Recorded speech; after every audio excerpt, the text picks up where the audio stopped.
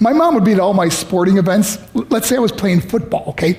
My mother would be on the sidelines, and if the play on the field started going one way, my mother would run along like, Mark, get him, get him. I'd be like, oh my gosh. I'd get in the huddle with the other guys. They go, Mark, is that your mother? I go, no, I never saw her before in my life. See, the greatest gift my mother ever gave me, she believed in me. I have overdosed on drugs on 3 occasions where I should have been dead. But I believe I was kept here for a reason. You show me your friends, I will show you your future. How do I know this? I hung out with losers, and I became the biggest loser of them all because I gave up everything I dreamt about as a little boy because of who I chose to surround myself with. My friends would drive me home at 2, 3, 4 in the morning. We'd be drunk and high, laughing in the car. We'd pull up in front of my house in New York. They go, Mark, the light's on. I go, oh man, my mother's up. See, my mom wouldn't go to bed until she knew her son was still alive. I'd walk in, she'd say, hi, Mark, how was your night? I go, it's good, Mom, I'm just gonna go to bed. She goes, can I talk to you for a minute? I go, Mom, I'm tired, I'm just gonna go to bed. She goes, Mark, I haven't seen you all day and all night. Can I please talk to you? I said, man, just leave me alone. You bug me. I'd slam my bedroom door on the one person who believed in me. I was on a worldwide tour and we were wrestling overseas in Japan. After my wrestling match, I went upstairs in my hotel room and I fell asleep. There was a knock at my door at 3 o'clock in the morning. I got out of bed and I looked through the safety window and I could see it was a Japanese promoter. So I opened the door and he said, Mark, you need to call home. There's been an emergency. I went and got on the hotel room phone. I called back to the United States. I said, hey, what's going on? They said, Mark, I don't know how to tell you this. I said, just tell me what happened. All of a sudden they started crying. They go, Mark, I can't tell you. I said, just say it. They said, Mark, your mother died.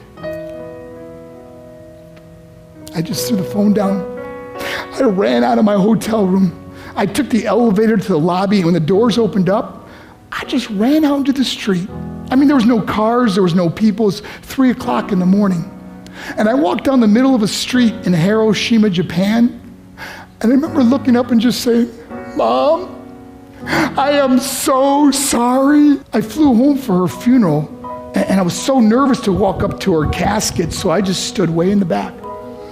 And I kept looking from a distance. I kept thinking to myself, Mom, please wake up. Please get up. And then I finally got the nerve to walk up to her. And as I got closer, I could see my mom for the first time. I mean, she was so beautiful. She was dressed in white. I mean, she looked like an angel. And I just stood over it. I said, Mom, you are my hero. Everything I am, everything I hope to be was because of you. You loved me so much. You gave me a life. You're the only one that ever believed in me. How did I repay her? By getting drunk, by getting high, by getting stupid, by hanging out with losers? For what? All she ever wanted to do was talk to me. I wish I could talk to you now, Mom. I wish you could see what I'm doing. Why couldn't I have been a better son? We are defined by our choices. But if you surround yourself with people involved in drugs and alcohol and pills, it's a dead end. I'm not here to preach to you. I'm here to tell you I lived that life. It leads to broken hearts, broken relationships, broken dreams, and death. For what? To get high? If you have a mother or a father, when you go home, tell them how much you love them. See, my whole life was about being rich and famous. I had to be a millionaire. I had to win the race. I had to win the race at the expense of my marriage, my family, my friends. For what? To be all alone in the world?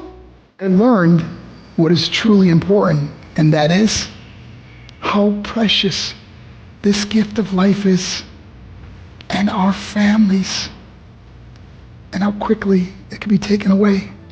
See, I no longer live in time, I live in moments. See, it's not what's in your pocket that matters, it's what's in your heart that truly matters. Love Love is just a word until somebody comes along and gives it meaning. You're the meaning.